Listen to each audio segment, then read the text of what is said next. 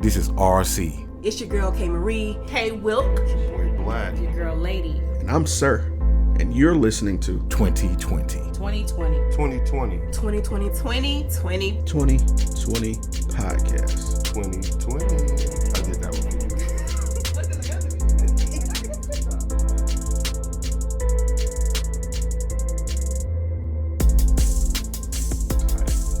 Thank you for tuning in to another episode of A Business Minute. I'm your host, Sirr, and today I'm joined by Miss Tosha Williams.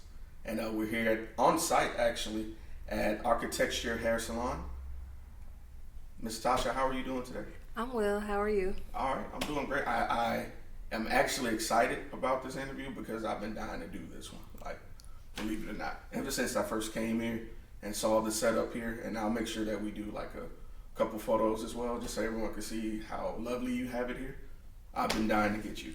So I'm glad you had me. All right. So, Ms. Tosha, if you could, just tell everyone what it is that you do. Well, I have a hair salon, and it's Architecture Hair Salon. I chose the name Architecture because I deal with all different textures of hair, and you know, architecture is in everything. So I put the two together, and I wanted to service every type of hair it was, and people from all walks of life. So and I love making people look good, and transitioning them from relaxed hair to natural hair, or vice versa. You know, I'm into healthy hair. I'm not just into styling hair. All right, I heard that. Okay, so that leads me to one of my favorite starting questions. What inspired you to get into hair as a profession? Well, I knew as a child I wanted to do it. There was something about the lady who used to do my mom's hair and my hair and stuff I saw in the magazines, and I knew the curl needed to be this way or the color needed to be this way. So I paid attention to detail, and I told myself I'm going to learn to do that. And I'm going to learn every aspect of it because I don't like to turn money away. You know, I ran into a lot of that, like, oh, wow, I can't do this. And I said, I don't want to tell anybody else that. You know, I want to keep the money here. And if it's something I can't do, I do want to have someone featured in the salon who can do that because we keep all the money here. Right. I think it's great to be versatile. Right. A community within a community. Yes. I like that. Okay. So that leads me to my next question. You know, were there any obstacles along this journey, you know, that you encountered, or like anything that... Well, my first obstacle started out, I started just shampooing in a salon when I was about 16. And I learned a lot from the stylist that I worked with, so I was kind of doing the bootleg hairdresser thing, shop hopping, you know, trying to avoid state board, and that was an obstacle that I needed to overcome. So I finally got licensed in 2009. I went to school in Atlanta, and that opened up a whole new door for me because everybody in Atlanta was pretty much natural. And I needed to learn how to do that because the world was switching up their ideas of how hair should be and what it used to be and how it can be. So I decided to come here to Mobile where there was a need, and my obstacle was getting people to try something besides a blowout, which was what everybody... That was the thing? Yes, that's what they tended to do, or wear just a small afro. So it actually spread it pretty fast. I came here, and in about 2 months, I built up a full book of clientele just based off word of mouth. I did no advertising or anything like that, and I have people coming from all over Alabama, from Mississippi, from Louisiana, and as far as Pensacola and Fort Walton. Whoa. Yeah. So and I'll say I worked in a salon, and I was comfortable working in a salon paying booth rent, but then there comes times where you run into things at different salons, you know, working with different people, and I said, you know, I'm going to open up my own. I don't want to lose clientele going from salon to salon. I want to Right. be stationary, so therefore I opened the salon. Right. And I have been here for a year and 2 months now. All right. So, and then I'm glad you brought that up. I wanted to ask, how long have you been doing hair in this? Well, I've been in the game for about 23 years now. All right. And I've grown and I've learned a lot, and I know this is a passion of mine because I enjoy doing it and I don't mind staying at work, making the task complete. I heard that. So, and I'm glad you brought that up because that kind of ties into my next question. With doing hair being, part of your work life and personal life, how do you manage to balance the two? Well, I book my schedule according to what I have to do.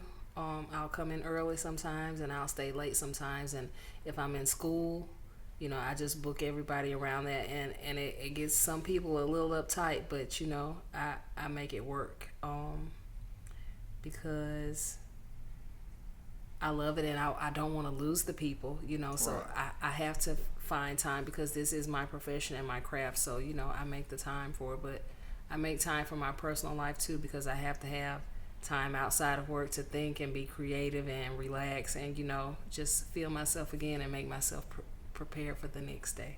Right. Yes. Okay. And that leads me to another question. And this one isn't really on the list of questions I have, but just with the different hairstyles, like how do you manage to stay with what's current? Social media is helpful. Hair shows, Bronner Brother Hair Show, which is usually held in Atlanta. It will be in New Orleans this year, which I'm thankful for. I don't have to drive that far. And you have the Premiere Show, which is in Orlando and Birmingham. Okay. And they may go outside and do other cities, but those two are the main two. The Atlanta Bronner Brothers Show is a little more flamboyant. You have a lot of people there who push their own products, and a lot of retailers, but it's basically Asian based because they have the beauty supply stores. They pretty much have the beauty supply industry sewed up as far as hair is concerned and products are concerned. And that's something that I would like to see more of us doing, because there's not a lot. There's only one black beauty supply store here that I know of, and that's First Choice. Oh, there's two. There's one on Moffett Road, but there's just two, Need more, right? It goes hand in hand, Supply brings the demand, you bring the demand, you give it back to the supply, and so yes. You guys help each other. I'm definitely with that. So now, over 23 years of doing hair is pretty impressive. Pretty impressive. That's a lot of, that's a lot on your resume. Yeah. And the thing I like about you, Ms. Tosha, is that you sound so intimate about your clientele. You don't make them sound like, just a customer. You make them sound like you truly value them personally. Yeah. And so I really respect that. And I wanted to know, over the 23 years, has there been any one experience that really stood out in your mind and was like, this is why I do this. I like seeing things come together, but this particular client really. Because being a stylist, you're kind of like the counselor, the friend,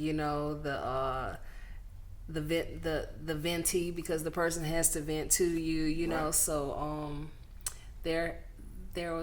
I have one particular client. She still comes to me now, and she developed breast cancer. And when she sat in the chair, she was like, I'll be getting all my hair cut off the next time. So I heard her, but I'm just still doing her hair. And then she said, because I'm gonna be bald headed when I come back. And so I said, why do you keep saying that?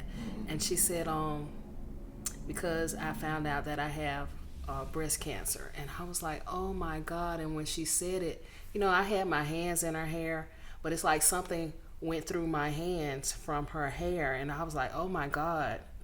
And then I just got dizzy and sick, and I was like, I just can't believe this. I was like, all her hair, but her health as well, and and it did something to me. So I had to go sit down for a minute. And she just kept apologizing, and she said, I hate I messed up your day. I said, you didn't mess up my day. I said, it just did something to me. I guess because we've grown close over the years, and then you tell me something like that. It's like my family member telling me, some news that I wasn't expecting to hear.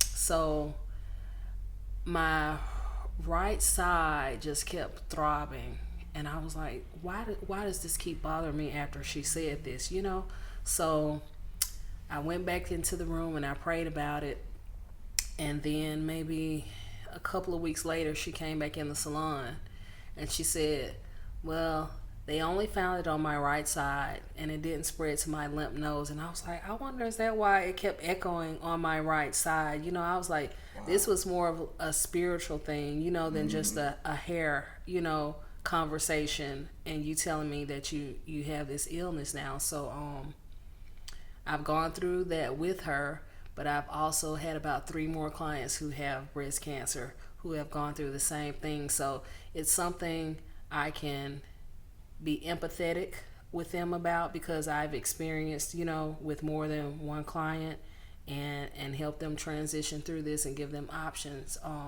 with their hair and styling and stuff that they wouldn't normally be able to do, So that's the thing for me. I build great relationships, and if it wasn't for my clients, then I wouldn't be here. Right. So it's important that I service them, because it's not just about styling. I mean, there's an art, there's a mythology to this, and a science to it, and if I can expose those to it and teach them the things that they need to know, we can have a healthier hair lifestyle. All right. I appreciate that. That was, ooh, wow. Yeah, I almost cried. Yeah, it got a little cloudy right there in my eye. Man. Yeah. Okay. So, with every high there's a low, and I always bring this up because it isn't always sunshine, So, at any point did you feel that you wouldn't be successful, and if so, who or what changed your mind? Well, I didn't think I wouldn't be successful, but I did used to look at other stylists and say, God, how did they get there? And I feel like I have the same skill, but I don't have the clientele that they had. And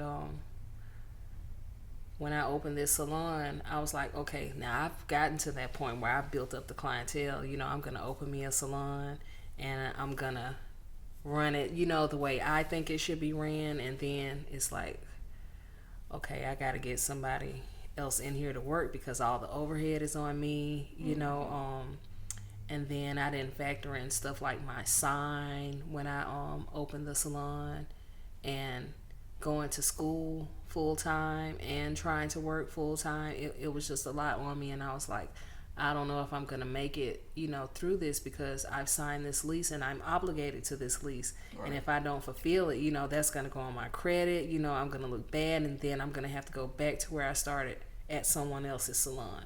And I could have sucked that up and did that. I don't have that much pride to not let me move on to the next thing, but it was like, let me figure this out. Let me just step back and pray about it, and take baby steps. And I didn't want to just hire anybody, because I wanted this to be a family. I wanted everybody to be dependable, because whatever another stylist does will reflect on the entire salon. Mm-hmm. So that was the thing. But it's panning out, because who's supposed to be here is going to be here. Right. And I'm not going to hire anybody who doesn't have a skill set that I don't feel will satisfy a client. Like, I want you to deliver your product and deliver a great service well. So that, I'll say, finding a stylist and trying to maintain has been the hardest obstacle through this, because the clients will come, and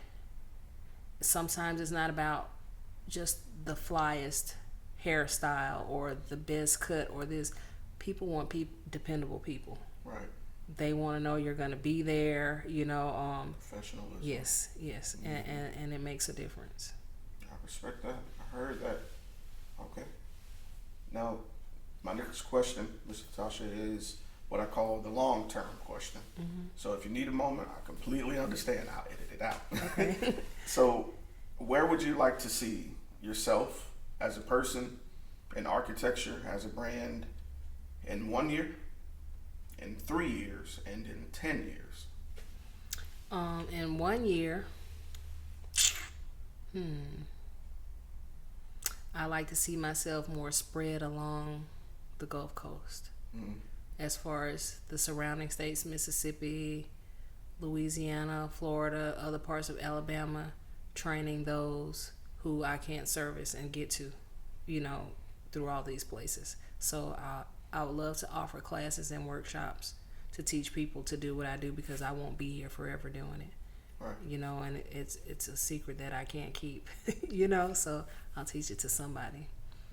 In 3 years, I like to see myself in my own building, because this lease will be up, so I will be looking for a building that I can purchase instead of renting, because I see myself outgrowing this space. I always see my future, whether it's 6 months to a year.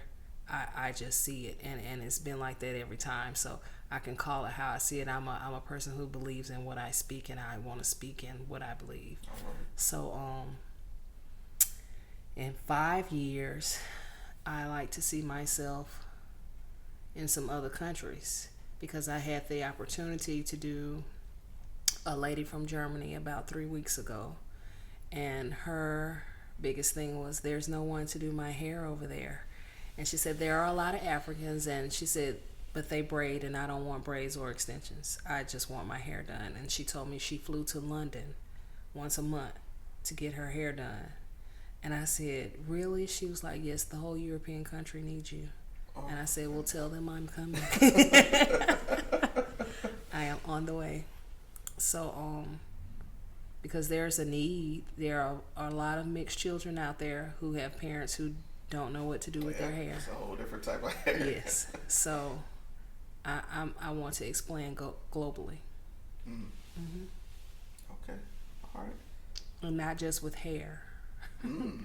Yeah, because I'm an artist, period. All right. Okay. We'll touch on that.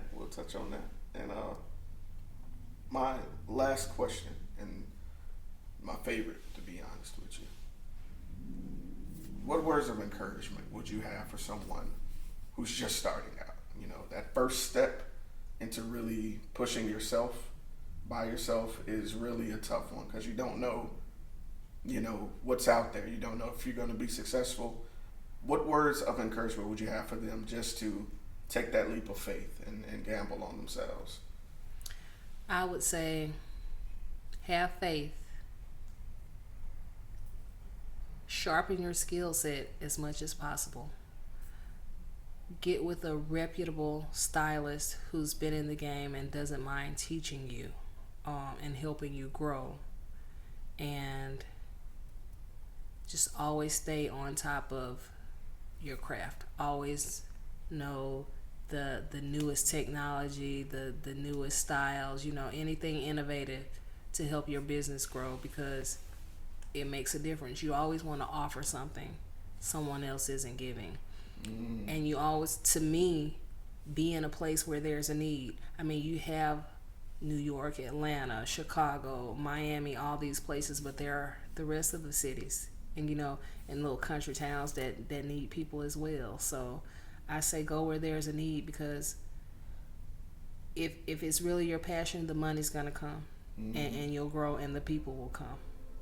So that's my advice to anyone getting in this game. And also have you a backup trade or something else on the side, to help you along with that until you build up the clientele, because it's not like it's just gonna come, and it may, you may have clientele while you're in school or something you're doing ahead of time, maybe a kitchen, I've been there and done that, but and get into a salon, because you don't want everybody in your home.